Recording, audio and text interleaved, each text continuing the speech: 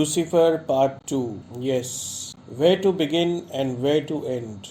I am perplexed. Blown away. Firstly, this is a big screen experience. It's the Indian answer to a Hollywood superhero franchisee. A savior, but with a twist, with world politics and conflicts thrown in, and of course, local as well. Kerala's politics, Kerala's problems, and India's politics as well, starting from 2002. A controversial issue given the current political climate in India. So overall, a masala mix with Mohanlal playing Lucifer, Akka Stephen, Akka Qureshi Abraham. Malayalam's answer to Rajnikant.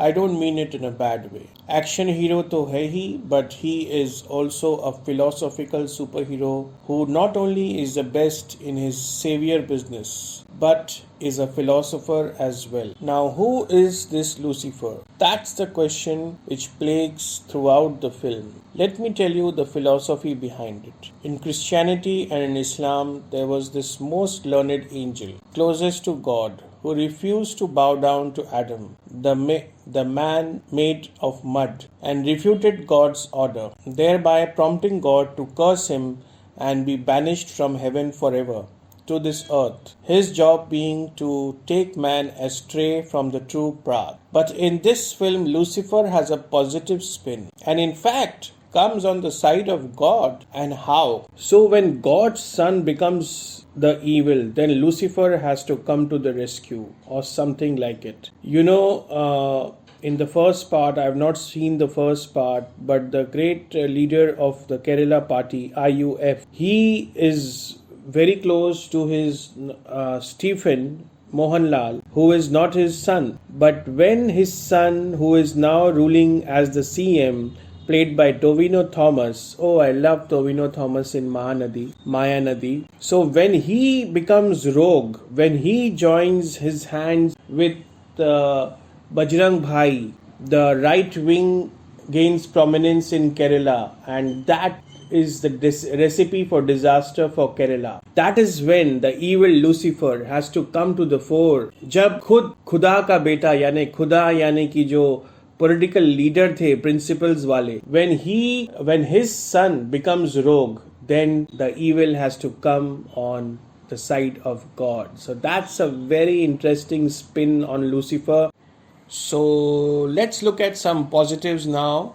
It's really mesmerizing in some way. It's a big screen experience which you can enjoy with popcorn if you can afford one.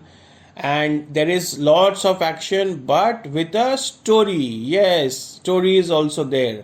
Unlike the great Hindi films where there is no story, especially the current release which we know about, starring a superstar, he could always, some Hindi superstars could learn how to reinvent themselves from Mohanlal. They can learn, after aging. I don't know what his age is, but even after a certain age, you can play dignified roles in a dignified manner. You can still do kick-ass action. So the second plus is, of course, Mohanlal, a great actor indeed and a star as well. This gentle savior come assassin, comes with a lot of whistle moments. I had first seen him in Company. What a great understated performance that was. Yes, RJV's Company. Another plus point of this is the villains. The villains are really evil. The way they have been portrayed, established, with slow motions and background score, the way they have been portrayed, and a good mix of, I must say that the music and the sound effects have been mixed very well. Also, they have recorded recent political history, although in a fictional manner. The 2002, inspired from 2002. So this kind of thing is good. And also the establishing scene, which is very long and classical, is also well played out, which forms the basis of the film and the basis of the revenge of Prithviraj. So now let's discuss the plot a little bit. Well, the film starts off in Iraq, where a British agent is injured, and we will come back to this point in the interval. The film's narrative structure is not exactly linear, and it's kind of mysterious, and we are always wondering who this Lucifer is. And we see Lucifer's ring in the aftermath of the blasts in Iraq, And then we cut to the main plot of this film, which is the 2002 Gujarat. And after the train burning incident, in a long establishing scene, several innocent Muslims are massacred and raped in one elaborate and brutal scene, establishing the main villains. And there is only one child who survives. Your guess is as good as mine. Yes, Prithviraj. Cut to the present day in Kerala, where the right wing is gaining grounds and it is coming to the fore after the ex-CM's son Tovino Thomas betrays his own party and his father's legacy to join hands with the right-wing Bajrangi Bhai, who is wielding enormous power at the centre. There is political turmoil in Kerala, and an honest journalist wants to call Stephen back, Akka Qureshi Abraham, Akka Lucifer, to salvage the situation. When Bajrangi and his men launch an attack on Tovino Thomas's sister, when she regains control of the party, that's when Stephen comes to the fore. He comes back to Kerala, he lifts his lungi and machaufis dhamal. He changes his look, and there are some mannerisms of Mohanlal, which of course will garner whistles. And then after that, we cut back to the first scene where he had left his ring to fool his opponents and those who are looking for him that he is dead. So Lucifer is dead, but Stephen is back. So those who think, to fool everybody basically, that Stephen is also dead. So yeah, that's the scene. And then he saves Kerala, and Bajrangi is finally avenged by the survivor of the riots, that is Prithviraj. Mohanlal has kept his promise to Prithviraj. He had rescued him. Yes, Pakistan is also there. He had rescued him from a terrorist camp in Pakistan. And then they will encounter Shen tribe in part 3.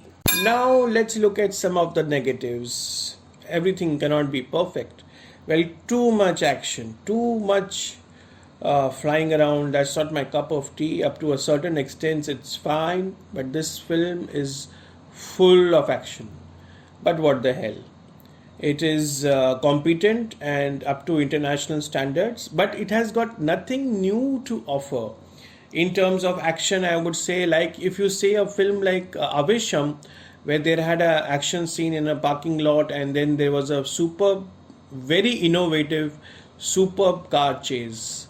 My review is there of Avisham. Please do watch it. And the direction is good but predictable, although it's a large scale. The making is in the style of a glorified serial. You know, action and then reaction in slow motion with grandiose music. Of course, the score is grand. So, you know, action, reaction in slow motion. So it's a very standard way of filming. And lastly, but not the least, the plot is too much convoluted, as if the writer has tried to incorporate all the politics he knows in the world, whatever he has read. There is China, there is Iraq, there is France, there is Britain, and Gujarat, of course, plays a central role in the politics of the film. But overall, a commendable effort by the writer, by the director, by the actors to make a very good, enjoyable flick for the audiences. So thanks for watching and go and enjoy Lucifer 2. If you like our content, please like, share and subscribe to Cinema Satsang. Support us. Also leave in your comments. Thanks and God bless.